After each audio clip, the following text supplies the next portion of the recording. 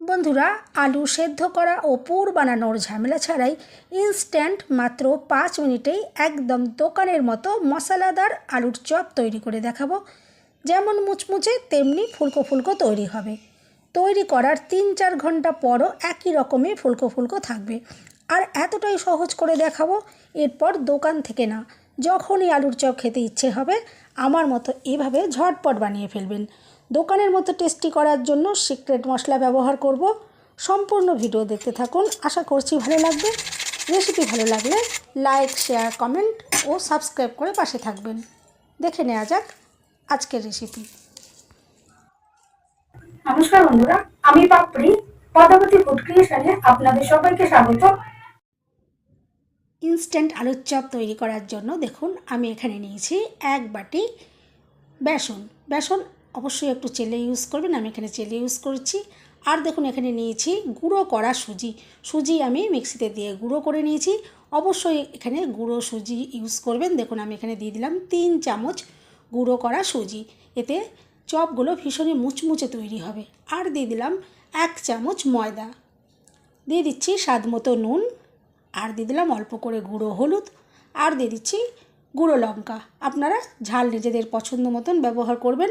এরপরে শুকনো উপকরণ আমি দেখুন মিশিয়ে নিলাম।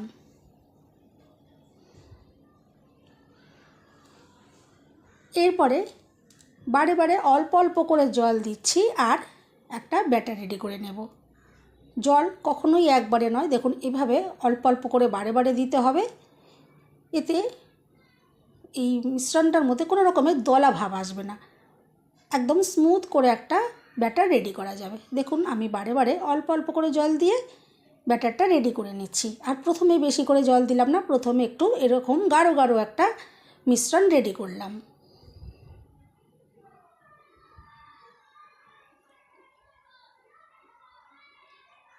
এরপরে এই মিশ্রণটা আমি চাপা দিয়ে একটু সাইডে সরিয়ে রেখে দিচ্ছি। এখানে এখনও কাজ বাকি আছে, এটা আমি পরে করব।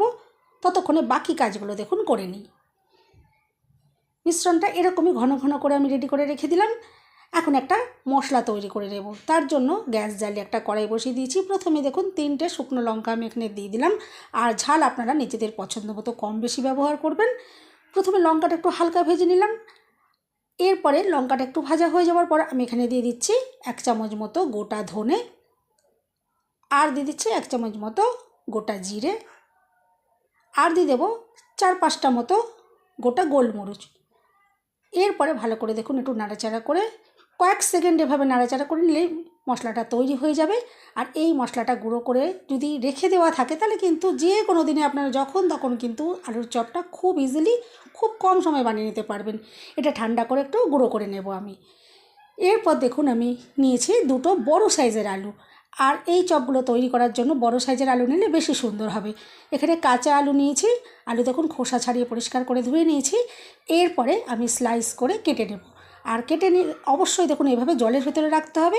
আমি দেখুন কেটে জলের মধ্যে এভাবে নিয়ে নিয়েছি। আর স্লাইসগুলো একটু দেখিয়ে দিই, কত সুন্দর দেখুন স্লাইসগুলো এভাবেই পাতলা পাতলা করে কেটে নিতে হবে। আর আলু যদি সাইজে বড় হয় তাহলে চপগুলো কিন্তু ভীষণ বড় বড় তৈরি হবে। দেখুন কত সুন্দর বড় বড় স্লাইসগুলো তৈরি হয়েছে।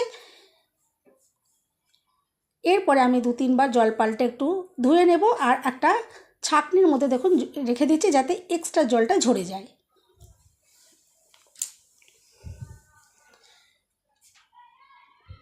এরপরে যে মিশ্রণটা আমি রেডি করে রেখেছিলাম দেখুন মিশ্রণটা নিয়ে নিয়েছি।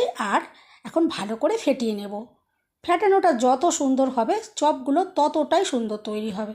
দেখুন খুব ভালো করে আমি একটু ফেটিয়ে নিচ্ছি।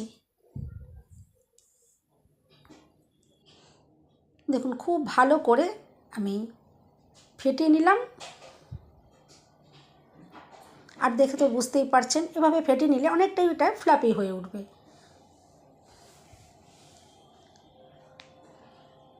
এরপরে আমি এখানে গ্রেট করা অল্প একটু আদা দিয়ে দিলাম। আর যে মশলাটা আমি তৈরি করেছিলাম সেটা দেখুন গুঁড়ো করে নিয়েছি, 1.5 চামচ মতো দিয়ে দিলাম। আর অল্প করে একটু গুঁড়ো গরম মশলা দিয়ে দিলাম।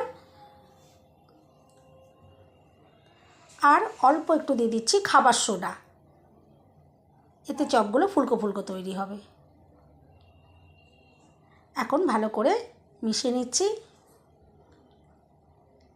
মিশ্রণটা একটু গাঢ় ছিল, আমি এখানে আবারও অল্প একটু জল দিয়ে দেখুন ভালো করে মিশিয়ে নেব। এরপরে যে সিক্রেট মশলা বলেছিলাম, দেখুন আমি এখানে নিয়েছি আমচুর পাউডার। আমচুর পাউডার দিলে এই চপগুলো ভীষণই চটপটা খেতে লাগবে, দুর্দান্ত একটা টেস্ট আসবে। এখানে 1 চামচ মতো প্রায় আমি দিয়ে দিলাম আর ভালো করে মিশিয়ে নিলাম। এরপরে চপগুলো মুচমুচে করার জন্য এখানে ফুটন্ত গরম সর্ষের তেল দেখুন 1 চামচ মতো আমি দিয়ে দিলাম। এরপরে ভালো করে মিশিয়ে নিলেই ব্যাটারটা রেডি। আর আমি ঘনত্বটাও দেখিয়ে দেবো আপনাদের।